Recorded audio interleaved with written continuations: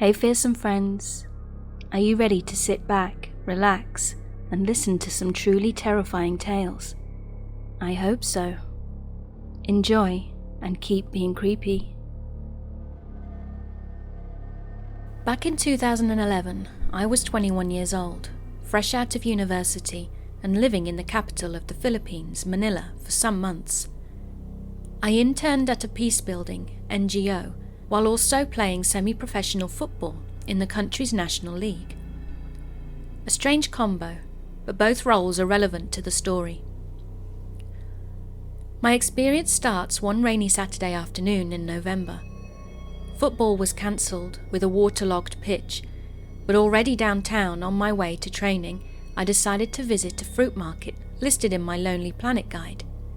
This was pre-ubiquitous Google Maps days, at least in Manila. I must have looked lost, as two Filipino women, one middle-aged and one early 20s, approached me from behind, raising their umbrella over my head and asking where I was headed.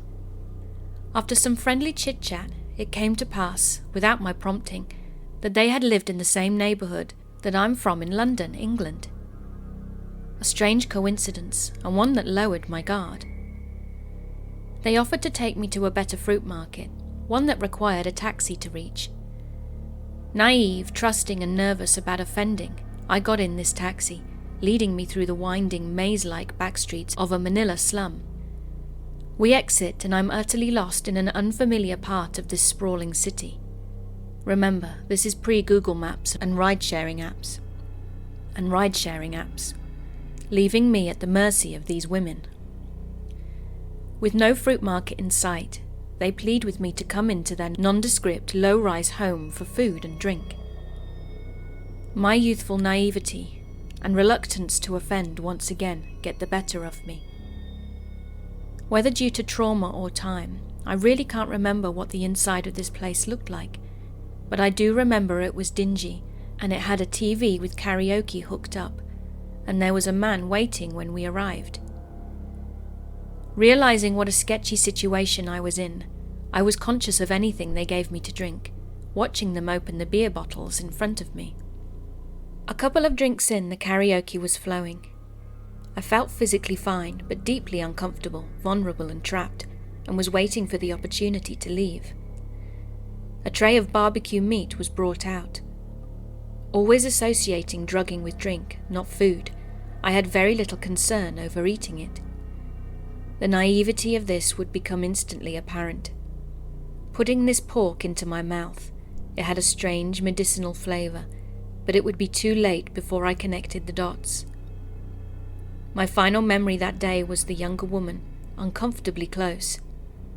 I have virtually no memory of the next 24 hours of my life. I would wake up in a darkened room in the middle of the night, 1,000 kilometers south of Manila, in a city called Davao. To be clear, this Davao trip was one that I had previously scheduled for work, leaving the day after this incident. Still, to this day all I remember of the journey is waking up and a few seconds of sitting in a taxi on my way to the airport. I passed through customs, boarded a plane, collected my baggage, met my colleagues, and was driven to our work office/apartment, all with zero memory of doing any of this. My colleagues didn't suspect anything was wrong with me, mentioning later that I had just seemed tired. It took some hours after waking up to piece together where I was and what had occurred. $200 had been withdrawn from my bank account, but I still had my wallet and phone. And while I can't be certain, I concluded that I had been fed a drug popular in the Philippines called Ativan. I read similar stories of people being spiked, functioning relatively normally, becoming pliable, but having no memory of the incident. This would explain how I withdrew $200 while seemingly unconscious. To this day I feel deeply uncomfortable at what may have occurred after I'd passed out, particularly with the behaviour from the younger woman towards me just before it happened. But those 24 hours of my life are gone, and I'll never know what happened.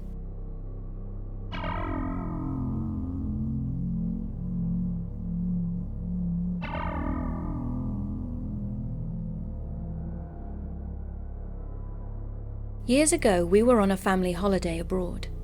I think I was 14 at the time. My sister was 16, and my cousin about 2 years old, I think, maybe a bit older. We headed out during the evening to have dinner and take a walk afterwards through the town, and maybe stop at a few bars for drinks. As we were on our walk, we noticed a man, who was, I'll say, badly dressed as a clown. He approached my sister, and bear in mind, my sister is afraid of clowns, no matter how good or badly dressed they are. She was carrying our cousin on her hip, and the clown looked at our cousin and said hello to her, making her laugh, as clowns should. My sister, on the other hand, just froze. I was standing by watching this happening, kind of laughing at the fact my sister was crapping herself. And the next thing we knew, without asking or anything, he took my cousin from my sister.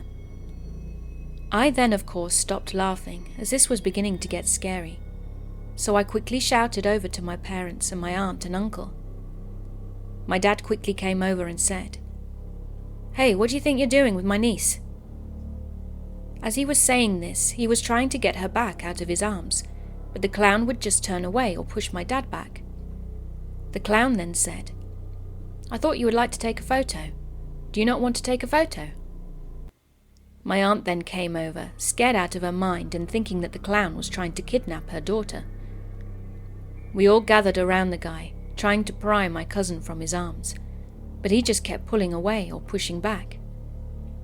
My dad had had enough by this point, so he approached the clown and said, "Let go of my niece right now," and grabbed him by the neck. Eventually the guy put her down and my dad picked her up, passing her to his sister-in-law. The guy then just casually says, "Oh, okay, too bad you don't want to take a photo," then hands my cousin a lollipop. We headed back to the hotel and thought nothing more of it, but the next day we saw him again as we were at the restaurant. As we were watching, we saw him take someone else's kid away from the parents and into some room. My dad spotted him as he came out of the toilets and stopped him, thinking he was going to grab my cousin again, but it was someone else. My dad came back to the table and ate his dinner, but he felt that something wasn't right, so he went over to where we saw the clown take the kid into the room. I don't know what went down inside, but when he came back out he was holding the kid's hand and asked her where her parents were, just assuming they were in the same restaurant as us. But no, they weren't. They were at some other place. My dad took the kid back to her parents and told them not to let the clown anywhere near your kids, explaining what he'd tried to do with my cousin the night before. This whole incident freaked me out. I'm almost sure that that clown was a paedophile.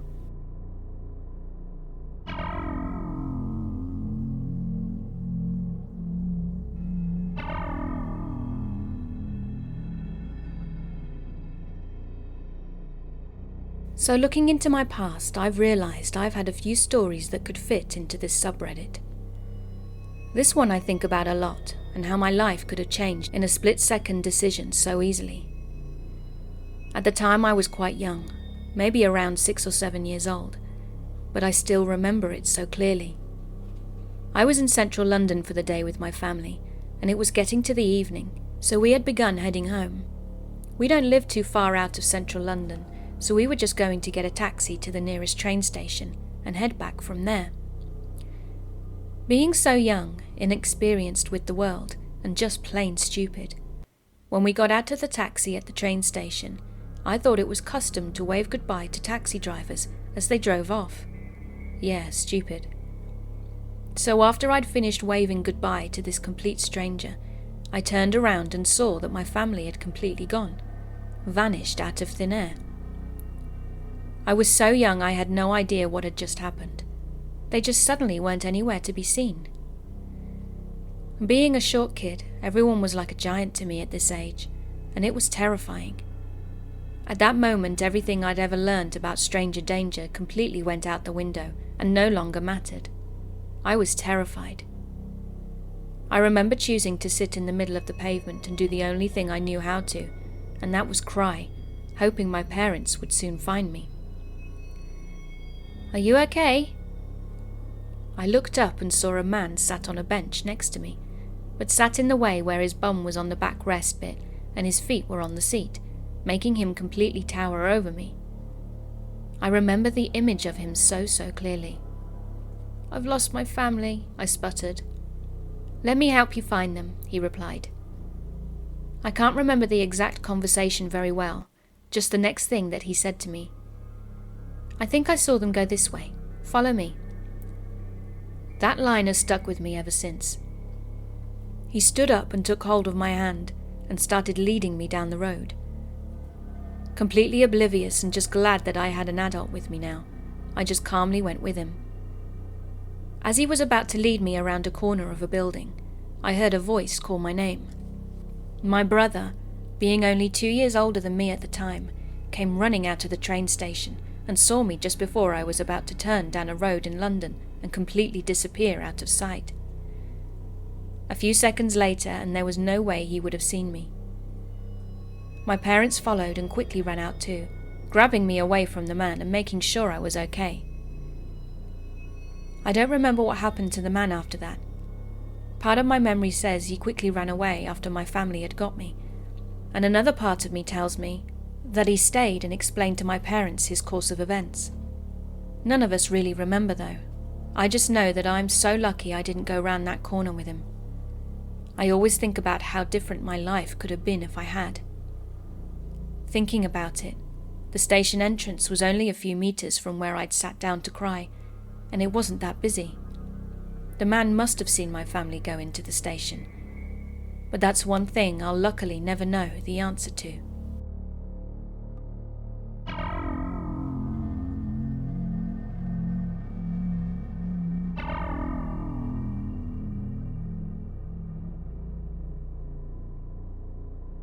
Now I'm a French student and I study at a university in the UK.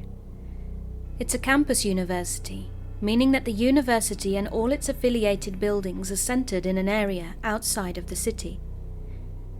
As a second-year student, I live in the nearest town to the campus, which is 20 minutes away by bus or car. The town I live in is relatively nice, even though the north part is much nicer and safer than the south, and me and my 7 roommates live in a 10-bedroom house on the north side. Even though it is a relatively nice town, it is known for sketchy people sometimes hanging around, and there is an alarming amount of crime for such a small place. However, I was never too worried, until now. A couple of weeks ago, I was coming home from a coffee date with a friend of mine. As I crossed the street to my doorstep and was pulling my keys out of my pocket, a guy interrupted me. I turned around and a man was standing there. He was probably 5'10", around 23 years old, and wasn't too heavily built. At first I thought he was a delivery man because one of my roommates was expecting an Amazon order and she'd asked me to get it for her. He said, "Sorry for bothering you. I saw you walking from over there and crossing the street. You have something attractive in your walk." At this point I just assumed he was some rando trying to flirt with me. He then asked, "Are you Spanish?" This is a question I get asked often, and this man didn't look harmful, so I just answered, "No, I'm French." He then tried to engage in conversation with me by asking me how long I've been in the UK for, why do I speak so good English, and what do I study, etc. I was thinking that was super sketchy, so I was half answering his questions, desperately wanting to get inside my damn house, and suddenly this man asked me, "Is this a house full of girls?" Well, this question alarmed me. Why would he even ask that to a random girl? So I replied with the truth. "No, we're 4 boys and 4 girls." He then seemed quite unsettled, and he asked if I knew his friend that used to live here last year, and I just said no. He then says he'll leave me to it, and to take care and have a good day, then finishes with, "I'll see you soon." Now I'm not one to panic easily, but when I got inside I immediately went to my roommates, let's call them Brooke and Mia, to tell them what had just happened. As I finished my story, Mia looked at Brooke and then back to me, and I just knew something was up. Mia then says, 2 days ago I was coming back from the store and I could sense that someone was following me. He eventually came up to me and matches the exact description that you just gave us. Mia, Brooke and I were just plain worried at this point. Mia said that he wanted to talk to her and wouldn't listen when she asked him to leave her alone, and he left once she'd gotten home and she shut the door in his face. This meant that this man, assuming it was the same one, had followed Mia to her house and was also hanging around this place when I came home. When the 4 boys got back, we all told them about what had happened, just to make sure that if anything were to occur, that there was a backstory. Every time I go out the house and come back, I look around to see if that man is around. We didn't see him again until a couple of days ago. We'd received an alert from the Students' Union saying that a young woman had disappeared in the south of town, and they suspect a kidnapping, so they urge everyone to be careful. We didn't hear much about it for a couple of days after that, until they'd found the woman's body near the riverside one morning. A couple of hours later, they caught the guy and released his picture. It was the man who was at my doorstep. I don't think what happened has entirely sunk in, or in this case what didn't happen to me, but it's still disturbing to know that that poor woman could have been me, or even my roommate. Even though the man has been caught, I still look around my block whenever I leave home, or when I come home.